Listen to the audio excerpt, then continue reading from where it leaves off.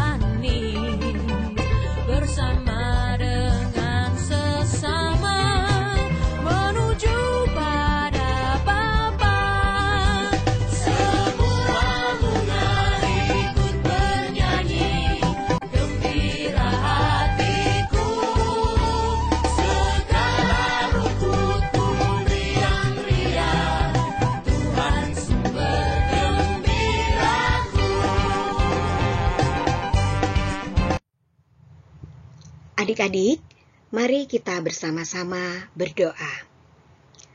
Atas nama Bapa dan Putra dan Roh Kudus. Amin. Allah Bapa kami yang maha baik, syukur dan terima kasih karena Engkau telah memberikan Yesus Putramu. Bantulah kami agar dapat menjadi saksi-saksinya sehingga semakin banyak orang mengalami kasih-Mu. Amin. Atas nama Bapa dan Putra dan Roh Kudus. Amin. Adik-adik, salah satu cara untuk mengikuti apa yang terjadi di dunia adalah dengan menonton berita di televisi. Penyiaran berita itu biasanya berupa siaran langsung atau laporan dari lapangan tempat kejadian yang sehari-hari kita kenal dengan breaking news. Seperti berita tentang jatuhnya pesawat Sriwijaya Air atau tentang gempa di Sulawesi yang baru-baru ini terjadi. Pembawa acara menyampaikan laporan langsung tentang kejadian yang terjadi dan mewawancarai saksi mata yang berada di tempat kejadian. Saksi mata kemudian menceritakan bagaimana persisnya peristiwa yang terjadi sesuai dengan yang ia lihat atau ia alami. Laporan saksi mata itu sungguh membantu kita mengerti apa yang terjadi. Adik-adik, pada zaman Yesus dahulu, belum ada radio atau televisi ataupun media sosial yang lain. Padahal, waktu itu Yesus banyak melakukan mukjizat, menyembuhkan orang sakit, membangkitkan orang mati, bahkan meredakan angin taufan, dan masih banyak lagi. Karena itulah, banyak sekali orang yang mengikuti Yesus. Seperti para muridnya yang mengikuti Yesus, yang akan kakak ceritakan sesuai bacaan Injil berikut ini. Yohanes 1 ayat 35 sampai dengan 42. Pada keesokan harinya, Yohanes berdiri di situ pula dengan 2 orang muridnya. Dan ketika ia melihat Yesus lewat, ia berkata, "Lihatlah anak domba Allah." Kedua murid itu mendengar apa yang dikatakannya itu, lalu mereka pergi mengikut Yesus. Tetapi Yesus menoleh ke belakang. Ia melihat bahwa mereka mengikuti Dia, lalu berkata kepada mereka, "Apakah yang kamu cari?" Kata mereka kepadanya, "Rabi," yang artinya guru, "di manakah engkau tinggal?" Ia berkata kepada mereka, "Marilah, dan kamu akan melihatnya." Mereka pun datang dan melihat di mana ia tinggal. Dan hari itu mereka tinggal bersama-sama dengan dia. Waktu itu kira-kira pukul 4. Salah seorang dari keduanya yang mendengar perkataan Yohanes lalu mengikut Yesus adalah Andreas, saudara Simon Petrus. Andreas mula-mula bertemu dengan Simon saudaranya dan ia berkata kepadanya, "Kami telah menemukan Mesias." Ia membawanya kepada Yesus. Yesus memandang dia dan berkata, "Engkau Simon, anak Yohanes, engkau akan dinamakan Kefas," artinya Petrus. Adik-adik, yuk sekarang kita mendalami bacaan Injil yang sudah kakak bacakan tadi. Tapi sebelum bacaan Injil tadi, kakak mengatakan bahwa pada zaman Yesus hidup, belum ada televisi, sehingga laporan saksi mata kejadian sangat penting saat itu dilakukan sebagai kesaksian dari para rasul dan para orang kudus di zaman itu. Seperti kesaksian Yohanes Pembaptis. Pada suatu hari, Yohanes Pembaptis melihat Yesus lewat di hadapannya. Lalu ia berkata kepada orang-orang di sekitar itu, "Lihatlah, anak domba Allah.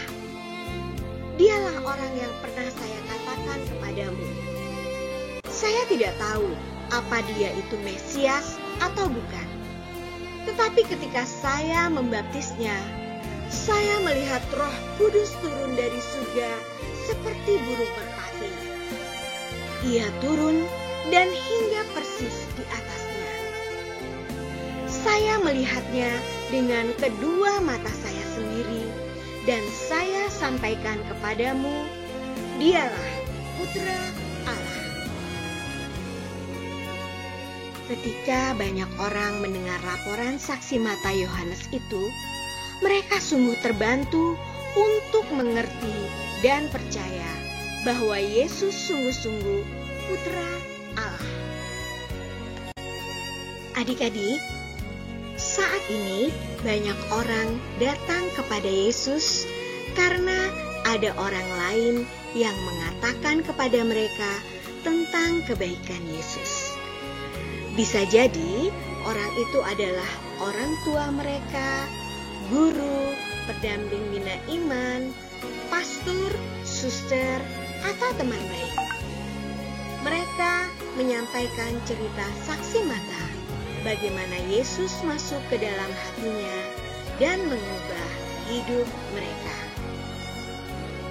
Tuhan menghendaki agar kita semua bisa menjadi tim berita saksi mata. Nah, apa yang bisa kalian katakan tentang Yesus bagi hidup kalian? Kalian bisa menjadi saksi tentang Yesus dengan mengatakan, "Sejak aku berdoa pada Yesus, aku tidak mudah marah-marah lagi jika apa yang kuminta tidak kuperoleh." Bisa juga, saat aku takut, aku berdoa pada Yesus. Aku menjadi tidak takut lagi.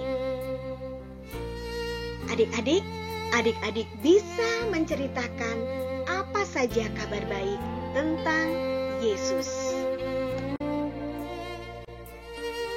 Ya, adik-adik, apapun yang Yesus telah lakukan untuk kalian, ceritakanlah kepada orang lain supaya mereka juga mengenal kebaikan Yesus. Untuk adik-adik yang kecil, adik-adik nanti akan mendapatkan lembar mewarnai yang menggambarkan aku menceritakan kebaikan Yesus pada temanku. Adik-adik Bia besar, adik-adik bisa mencari jalan bagi Simon dan Petrus untuk menuju pada Yesus.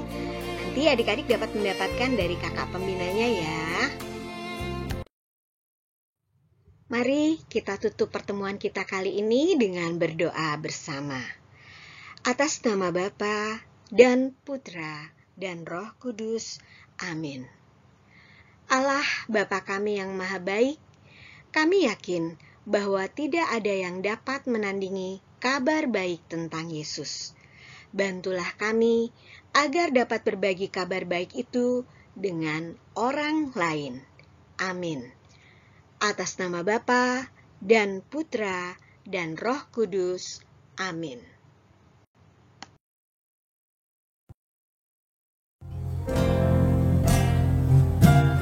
Yesus yang termanis buat jiwaku, buat jiwaku, buat jiwaku.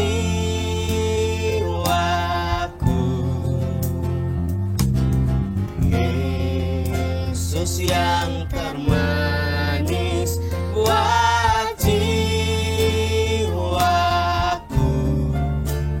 ku cinta selamanya. Yesus yang termanis buat jiwaku. Yesus yang termanis buat jiwaku,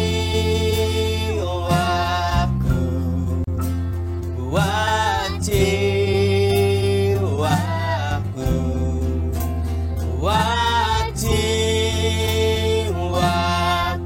Yesus yang termanis, Yesus yang termanis buat jiwaku, ku cinta selalu. Adik-adik, satu kali kita nyanyikan pujian ini dengan